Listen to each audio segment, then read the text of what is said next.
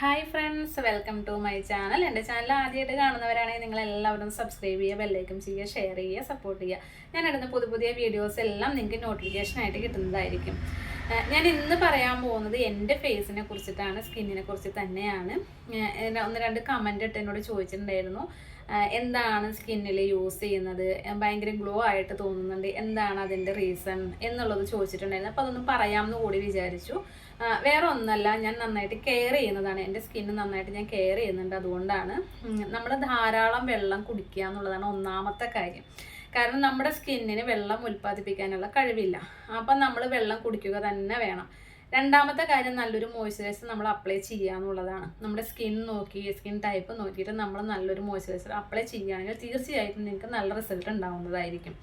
ഇനി നിങ്ങൾക്ക് ഇതിനെക്കുറിച്ച് കൂടുതൽ എന്തെങ്കിലും അറിയാനുണ്ടെങ്കിൽ, ഏതൊക്കെ സമയത്ത് നമ്മൾ ഫേസ് വാഷ് ചെയ്യണം, അല്ലെങ്കിൽ ഏതൊക്കെ സമയത്ത് നമ്മൾ മോയ്സ്ചറൈസർ അപ്ലൈ ചെയ്യണം എന്നുള്ളതിനെക്കുറിച്ചൊക്കെ നിങ്ങൾക്ക് കൂടുതൽ അറിയാൻ ആഗ്രഹം ഉണ്ടെങ്കിൽ തീർച്ചയായിട്ടും നിങ്ങൾ liquid Koottupatha beauty craft salon makeup സ്റ്റുഡിയോയിൽ വരിക.